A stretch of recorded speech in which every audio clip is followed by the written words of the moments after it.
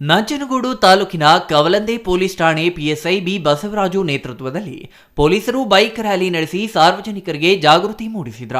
ಬಳಿಕ PSI B Basavaraju ಮಾತನಾಡಿ, ದೇಶದಲ್ಲಿ ಪ್ರತಿ 4 ನಿಮಿಷಗಳಿಗೆ ಒಬ್ಬರು, ವರ್ಷಕ್ಕೆ ಸುಮಾರು 1.5 ಲಕ್ಷ ಜನರು ನಿರ್ಲಕ್ಷ್ಯತನದಿಂದ ವಾಹನ ಚಲಾಯಿಸಿ ಅಪಘಾತವಾಗಿ ಸಾವನ್ನಪ್ಪುತ್ತಿದ್ದಾರೆ.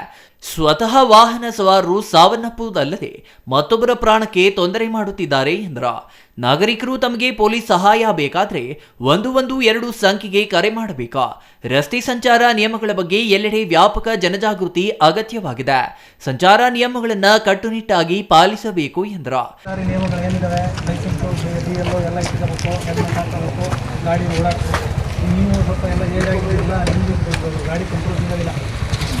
ಇದ್ರೆ ಕೈ ಕಾಲು ಹೋದ್ರೆ ನಿಲ್ಲ, ತಲೆಗೆ ಇಟ್ಟಂದ್ರೆ ಜೀವ ಹೋಗ್ತದೆ.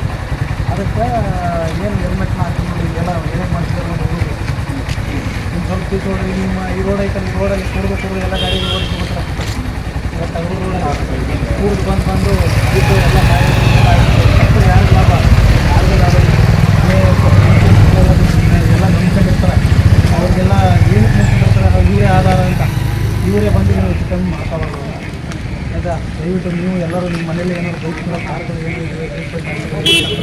ಇದನ್ನು ಅಭ್ಯಾಸ ಮಾಡ್ಕೊಂಡು ಆಯಿತಾ. ನಾವೇನಾದ್ರು ಫೈನ್ ಹಾಕ್ತಕ್ಕ ದಯವಿಟ್ಟು ಯಾರೋ ಯಾರ ಕಡೆ ಫೋನ್ ಮಾಡಿ ಬಿಟ್ಬಿಡಿ ಅಂತ ಹೇಳೋದು ಕೊಡಿ. ಆಯಿತಾ,